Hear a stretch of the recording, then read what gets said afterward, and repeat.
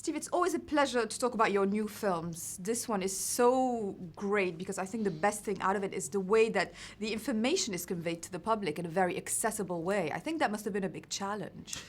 It, it's a challenge because it's dense material, it's complicated, and it seems like it would be really boring. Like, who wants to see a movie about collateralized debt obligations? Exactly. It's not a very sexy idea for a movie.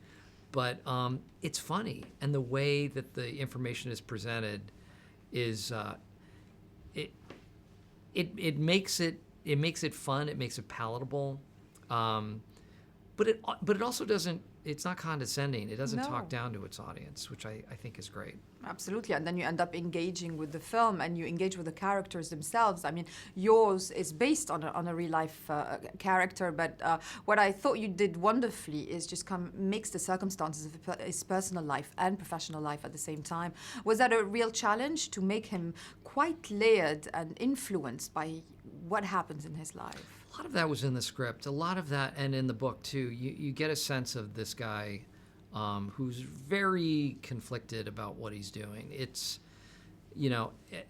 on one side, he's horrified by what the banks are pulling off, and wants to uncover it, and wants to shine a light on it and expose them.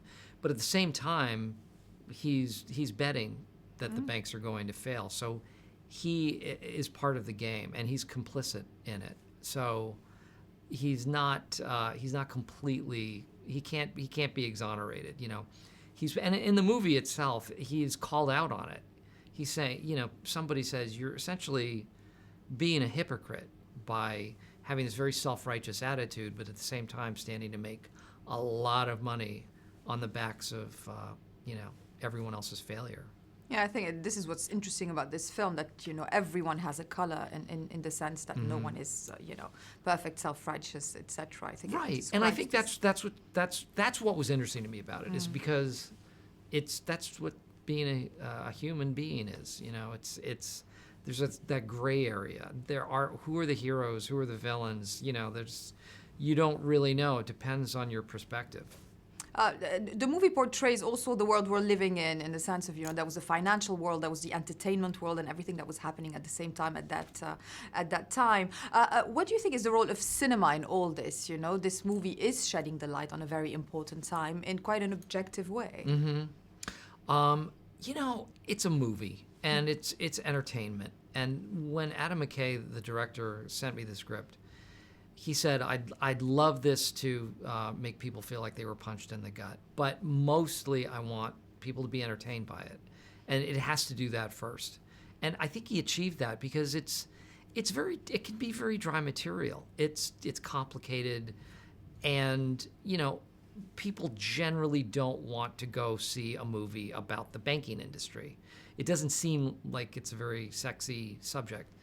But he presents it in such an entertaining and funny and absurdist way that it is accessible. It is something that you can understand, and I think it's important too. It's will there be any change because of this movie? I don't know, but it would be nice if people talked about it, and I'm sensing that. I'm sensing that people, after they see it in the lobby, are communicating about what happened, and it's stirring people up a little bit. It's making some people angry, which is neat. Yeah, and I'm going to send all my banker friends to see it. Loads of them here in London.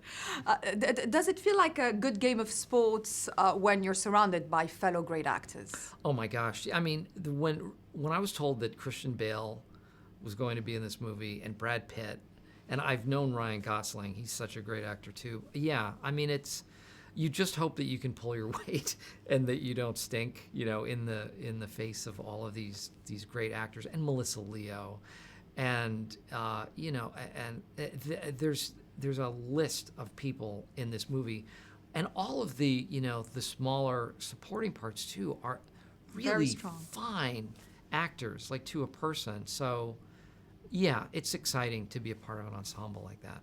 Well, congratulations on receiving multi nominations Oh, for this role. Again, on the award cycle after Foxcatcher. You became famous being a comedic actor, but I think drama is also something that comes very naturally to you. How do you feel about all this award recognition? It's a little bit overwhelming, and you know, it's. I'll admit it. It's fun. It's great. Last year it was so exciting when all of that happened. But I think more importantly, to be associated with something that's good and that is affecting people, like Foxcatcher, I feel like there was a people who saw it were affected by it in a certain way, and I think people who are seeing this movie are they're entertained, but they're also kind of horrified and scared by it, and I think that's great when a movie can have some sort of impact on the audience. So that's what's really rewarding and exciting about it.